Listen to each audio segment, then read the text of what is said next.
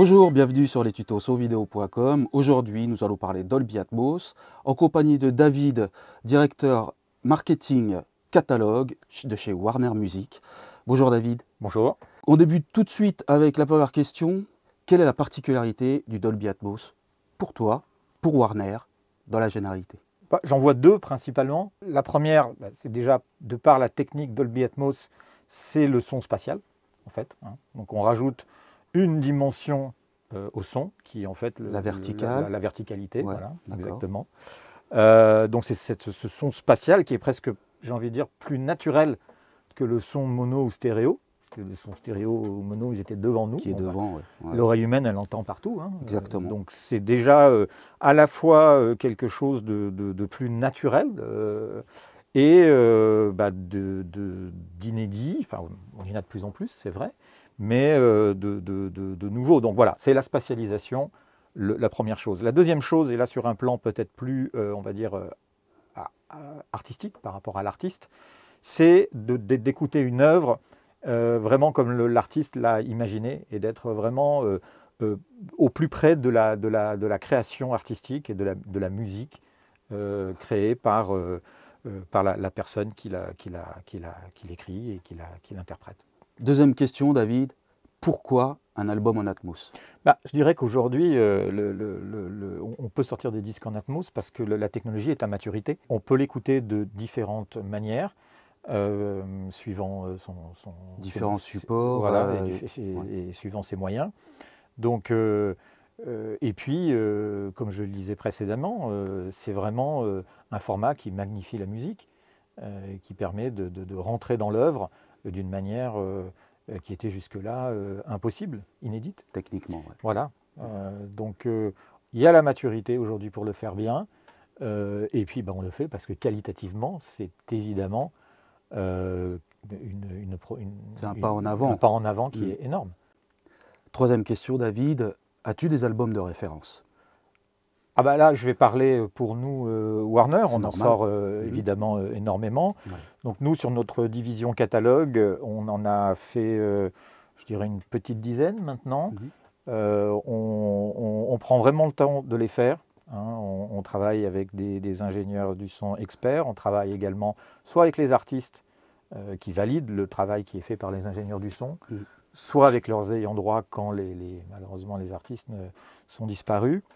Donc nous, on a commencé avec l'album de Air, 20,000 Hertz Legend, qui a été fait par Gildas Lointier et Bruskin, qui sont les deux. Enfin, Bruskin était l'ingénieur du son d'origine de l'album, et Gildas, qui est un de nos ingénieurs du son attitrés, l'a travaillé avec Bruce. Vraiment, je suis très content de cet album parce qu'ils ont fait un travail remarquable qui aujourd'hui,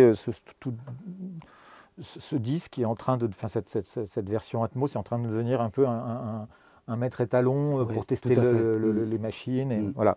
Donc ensuite, Gildas a continué. On a sorti récemment le IAM, qui est bluffant.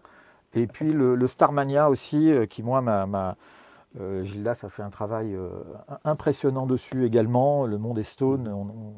Par exemple, on redécouvre complètement le morceau, les cordes, la voix de Fabienne Thibault. C'est vraiment comme je le disais en fait, tout à l'heure, on est au plus près de l'artiste, de son interprétation, de l'orchestre, de l'œuvre. Donc c'est vraiment, vraiment saisissant. Quatrième question, David. Est-ce que toutes les maisons de disques proposent donc des sorties d'albums en Dolby Atmos? Ah oui, aujourd'hui, quasiment tous les masters, tous les albums sortent en Dolby Atmos. Voilà, il y a une vraie demande, notamment d'Apple, qui souhaite vraiment installer ce format. Donc maintenant, oui, ça se démocratise énormément. C'est vraiment une référence. Voilà, en dématérialisé. Sur support physique, ça reste assez marginal. Assez marginal. Nous le faisons au catalogue parce qu'on fait des rééditions un peu de prestige. Donc souvent, on fait des coffrets, donc ça se prête bien à l'exercice puisqu'on amène plus de contenu que l'album original. Donc encore une fois, Starmania, on a sorti la version Dolby Atmos sur Blu-ray. On l'avait fait sur Air, c'était le premier qu'on avait fait, 20,000 Hertz Legend. Et puis le dernier qu'on a sorti, c'est la réédition de IAM, l'école du micro d'argent. Là aussi, il y a un Blu-ray audio. il y a peu d'images. Là, on a aussi mis 3 clips en Dolby Atmos voilà, sur le IAM. Et puis il y a des morceaux inédits aussi. Oui, il y a aussi des qui ne sont pas en Dolby Atmos. Qui sont pas en Dolby Atmos. Donc voilà, aujourd'hui tout sort quasiment en Dolby Atmos, quasiment, hein, pas 100%, mais vraiment au niveau des majors, il y a un vrai effort qui est fait là-dessus. Et puis au niveau du catalogue, également et sur support physique. Voilà. Dernière question, David, comment est-ce que je peux écouter les albums en Dolby Atmos? Alors, il y a pas mal de... Enfin, pas mal. Il y a différentes façons d'écouter de l'Atmos. Déjà, est-ce que vous l'écoutez dématérialisé, donc en digital, ou alors sur support physique? Donc le plus simple, c'est le support physique sur un Blu-ray, qui sera audio principalement, puisque là on parle de musique. Mais on peut avoir des clips également qui sont proposés en Dolby Atmos.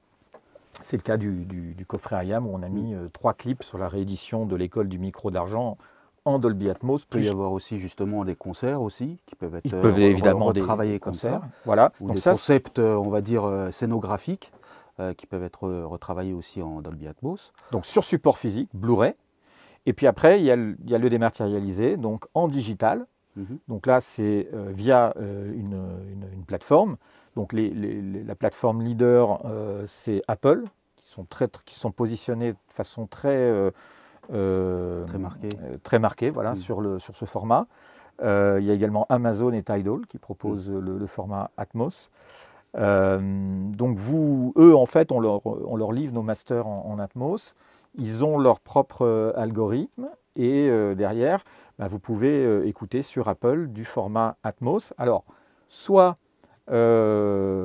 redécoder derrière par un ampli qui lui va être Atmos et vous avez une installation comme dans Studio. Idéal, oui. Là, c'est vraiment le top du top. 5.1.2 au minima pour que ça fonctionne. Voilà, et ça, c'est réservé quand même à déjà une certaine élite parce qu'il faut quand même il faut beaucoup d'investissement. Après, on peut utiliser aussi une barre de son qui est déjà beaucoup plus petite. Voilà, donc ça, c'est l'alternative, barre de son qui simule, tu sais mieux que moi, mais qui simule l'Atmos et qui peut être assez bluffant d'ailleurs aussi. Et puis, il y a les casques, avec la technologie donc, binaurale. On a donné un master Atmos, mais derrière, vous avez plus cette enceinte. Vous avez deux oreilles, deux écouteurs. Mais avec la technologie binaurale, vous retrouvez cette spatialisation. On va travailler sur la psychoacoustique, justement, comment le cerveau interprète les ondes, comment il va décoder la spatialisation des ondes. Et à partir de là, effectivement, on aura cet effet 360 à partir d'un casque binaural. Voilà. Donc, concrètement, ça se démocratise beaucoup. Le plus simple, c'est ça, c'est les casques, par le casque, via Apple et leur technologie, les barres de son, les systèmes on parlait du 5.1, il faut rajouter une dimension au 5.1. 5.1.2 voilà. Au minima pour avoir l'Atmos, la verticalité. Aussi, comme ici, dans ce studio, il y en a 4. Et puis il y a aussi des systèmes un peu hybrides où vous mettez en fait les enceintes Atmos sur les frontales. Tout à fait. Et ça recrée aussi, c'est entre la totale et la barre de son. Ça. Tout à fait, c'est l'intermédiaire. C'est aussi un truc qui peut être intéressant. Donc suivant son budget et son niveau d'exigence, on choisit un peu son accès, son point d'entrée à la technologie Dolby Atmos. Merci beaucoup David pour toutes ces explications. Merci à vous. Je vous dis à bientôt sur la chaîne des tutos sauvideo.com.